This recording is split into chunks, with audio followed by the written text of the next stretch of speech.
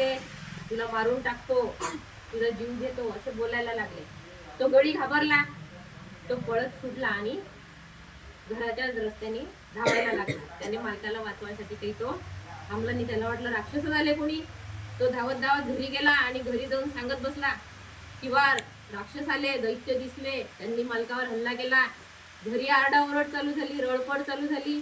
श्यामच्या आईची, आजीची, सगळे मुलं चिंतातूर झाले. श्यामची आई लगेच देवाजवळ गेली, देवाच्या प्रार्थना करू लागली. आई जगदंबा तूच ग माझ्या मदतीला धाव, आता माझं सौभाग्य सुखरूप घरी परत आण, अशी ती देवाच्या धावा करू लागली.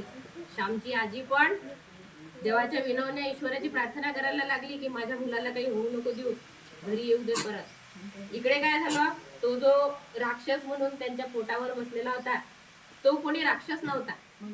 तो परिस्थितीनं एकदम गरीब असलेला, ज्याची की पोटा पाण्याची खाण्यापिण्याची काही सोय नव्हती, मुलं बाळ उपाशी राहायचे, त्यांच्या खाण्यापिण्याची सोय व्हावी म्हणून जाणाऱ्या येणाऱ्या वाटसरूंवर हल्ला करून त्यांच्या जवळचं सोनं पैसा तो घेत होता आणि त्यातून त्या लेकरांचं पोट भरत होता, घरच्या जबाबदाऱ्या पार पाडत होता.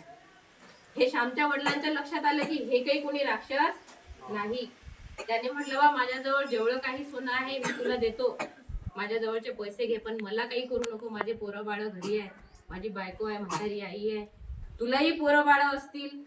असं म्हणता बरोबर त्या माणसाला जाणीव झाली की त्यानेही कबूल केलं की मी काही राक्षस नाही आहे, मी माझ्या पोराबाळांसाठी असे हल्ले करतो आणि यातून मिळणाऱ्या पैशातून मी माझं घर चालवतो.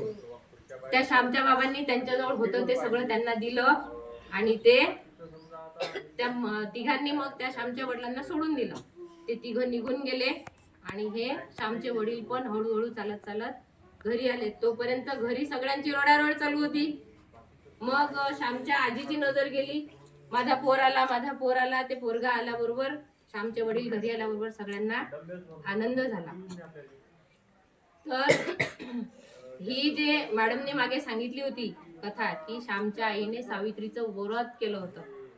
जनरली तुम्ही पाहत असाल सावित्रीचं व्रत, वटपौर्णिमेचं व्रत एकाच दिवसाचं असते, पण श्यामची आई 3 दिवस करायची. पौर्णिमेच्या 2 दिवस आधीपासून, ते या घटनेपासून की ते जंगलात राहिले होते, त्यांना राक्षसांनी काही करू नये म्हणून ती देवाच्या विनवण्या करत होती. तेव्हा तिनं देवाजवळ असं बोलून दाखवलं की मी 3-3 दिवस व्रत करत जाईल आणि तेव्हापासून ती हे व्रत करायला लागली.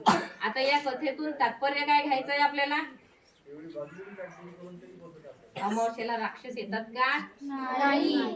अमावस्येला भूत फिरतात का? नाही. बाबा भूत आहे असं करायचं नाही. तुम्ही मुलं खेळता, पेन्सिला टाकता, चार्ली चापली खेळता, सगळेच मुलं खेळतात ना, आणि मग रात्र झाली की मग भीती वाटते. त्यामुळे या अंधश्रद्धेवर विश्वास ठेवायचा नाही.